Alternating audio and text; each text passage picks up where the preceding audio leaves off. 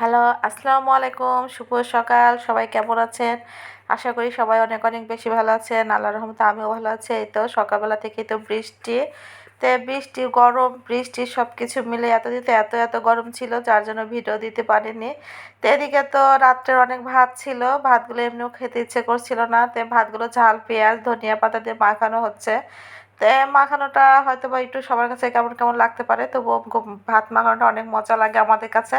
তাই মাঝে মাঝে মাখিয়ে খাই। এদিকে তো গোশত নিয়ে আসা হয়েছে, গোশতটা কেটে কুটে গুছিয়ে নেওয়া হচ্ছে। এদিকে সবজি রান্না করব, গাজর, পেঁপে, আলু সেগুলো কুটে নিচ্ছি। এদিকে মাংস টাংস ধুয়ে একদম পেঁয়াজ, রসুন, আলু টালু সব কেটে রান্না করে গুছিয়ে নিয়েছি, রান্না করব।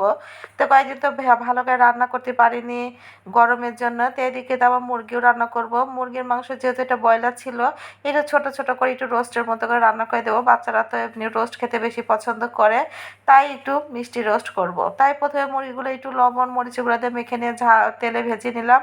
এরপরে সব গরম মশলা দিয়ে পেঁয়াজ কুচি দিয়ে দিলাম, ওই তেলে কাঁচামরিচ দিয়ে ভালো করে ভেজে নেব। ভেজে নেওয়ার পর সব মশলা দেবো। এই তো দারচিনিটাও দিয়ে দিলাম। পেঁয়াজটাও লাল লাল ভাজা হয়ে গেছে। এখন আদা বাটা, রসুন বাটা, মরিচের গুঁড়ো, ধনিয়া গুঁড়ো, হলুদ দেবো না। আর সব মশলা দিয়ে ভালো করে মশলাটা কষিয়ে নেব। এদিকে একটু আমি রোস্টের মশলাও দিয়ে দিচ্ছি, যেহেতু রোস্ট, তাই একটু যাতে ফ্লেভার পায় বাচ্চারা, তারা তো একটু রোস্টের ফ্লেভার পেলে অনেক বেশি খুশি হয় বা মজা করে খায়। এদিকে আমি মশলাটা ভালো করে কষিয়ে দিয়ে একটু কাঁচামরিচ দিয়ে দিলাম। এবার এই মুরগির মাংসগুলো দিয়ে দিলাম। মানে ঝাল রান্না করা যেরকম তরকারি, এটা অন্যরকমভাবে রান্না করলাম বাচ্চাদের খুশির জন্যে। এই তো কষিয়ে নিচ্ছি ভালো করে। কষিয়ে নেওয়ার পরে ঝোলটা আমি দিয়ে দিলাম। এদিকে যে দুধটা আমি গুলিয়ে নিয়ে দুধটাও দিয়ে দিলাম। এরপর সামান্য চিনিটাও দিয়ে দিলাম। আর এদিকে তো আরেক চুলায় গরুর মাংস রান্না করতেছে, যে এক চুলায় গরুর মাংস, এক চুলায় মুরগির মাংস রান্না করে নিচ্ছি। তাই তো আরেক চুলায় আমি এবার সবজি রান্না করে নেব। তো এখানে মুরগির বুকের মাংস, পেঁয়াজ কিউব করে কাটা, কাঁচামরিচ সব দিয়ে দিলাম। এদিকে আদা বাটা, রসুন বাটা, হালকা করে মশলা গুঁড়ো আমি দিয়ে দেবো। সবাই যার যার মতো রান্না করে, এটা আমি আমার মতো রান্না করলাম। এই তো ফুলকপি, আলু, গাজর একটু ভাপিয়ে নিয়েছিলাম। এবার দিয়ে দিলাম সবজিগুলো। তো সবজিগুলো ভালো করে আমি কষিয়ে নেব। নেওয়ার পরে ঝোলের পানিটা দিয়ে দেবো। এই তো আমি কষিয়ে নেওয়া হয়েছে। এবার আমি ঝোলের পানিটা দিয়ে দিলাম। ফুটে উঠলে আমি টেস্টিং সল্ট আর বেকিং পাউডারটা দিয়ে দেবো। তো আমি এদিকে টেস্টিং সল্টটা এখন দিয়ে দেবো, আর কর্নফ্লাওয়ার গুলে নিয়ে দিয়েছি। আমার এই যে সবজিটা ডান হয়ে গেছে। এদিকে সবজি রান্না করা হয়েছে, গরুর মাংস যে লাল আলু দিয়ে লাল লাল ঝোল করে রান্না হয়েছে। ওদিকে মুরগির মাংস রান্না করেছি। এদিকে তো সালাদটাও কেটে নিয়েছি সুন্দর করে, লেবু, শসা, টমেটো, কাঁচামরিচ, পেঁয়াজ।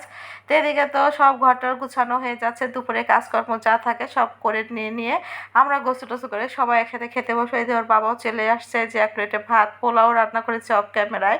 এদিকে তো গরুর মাংস, মুরগির মাংস, সবজি, সালাদ সব দিয়ে আমরা একসাথে খাওয়ার চেষ্টা করেছি, সাথে মজাও ছিল। তো খাওয়া দাওয়া নিয়ে বসে পড়েছি, সবাই খেয়ে নিচ্ছে। আমরা চেষ্টা করি ওর বাবা আসলে একসাথে খাওয়া দাওয়া করার জন্য। তো খাওয়া দাওয়া শেষ করে শুয়ে টুয়ে থেকে রেস্ট করে বিকেলবেলা ঘুম থেকে উঠে বারান্দায় আসলাম। অনেক মেঘ হচ্ছে, অনেক বৃষ্টি হচ্ছে। একদম বৃষ্টিতে ভরপুর। এদিকে আমাদেরকে যেন একটা দুটো তাল দিয়েছিল, অনেক সুন্দর তাল ছিল দুইটা। মাশাআল্লাহ এত বড় বড় ছিল।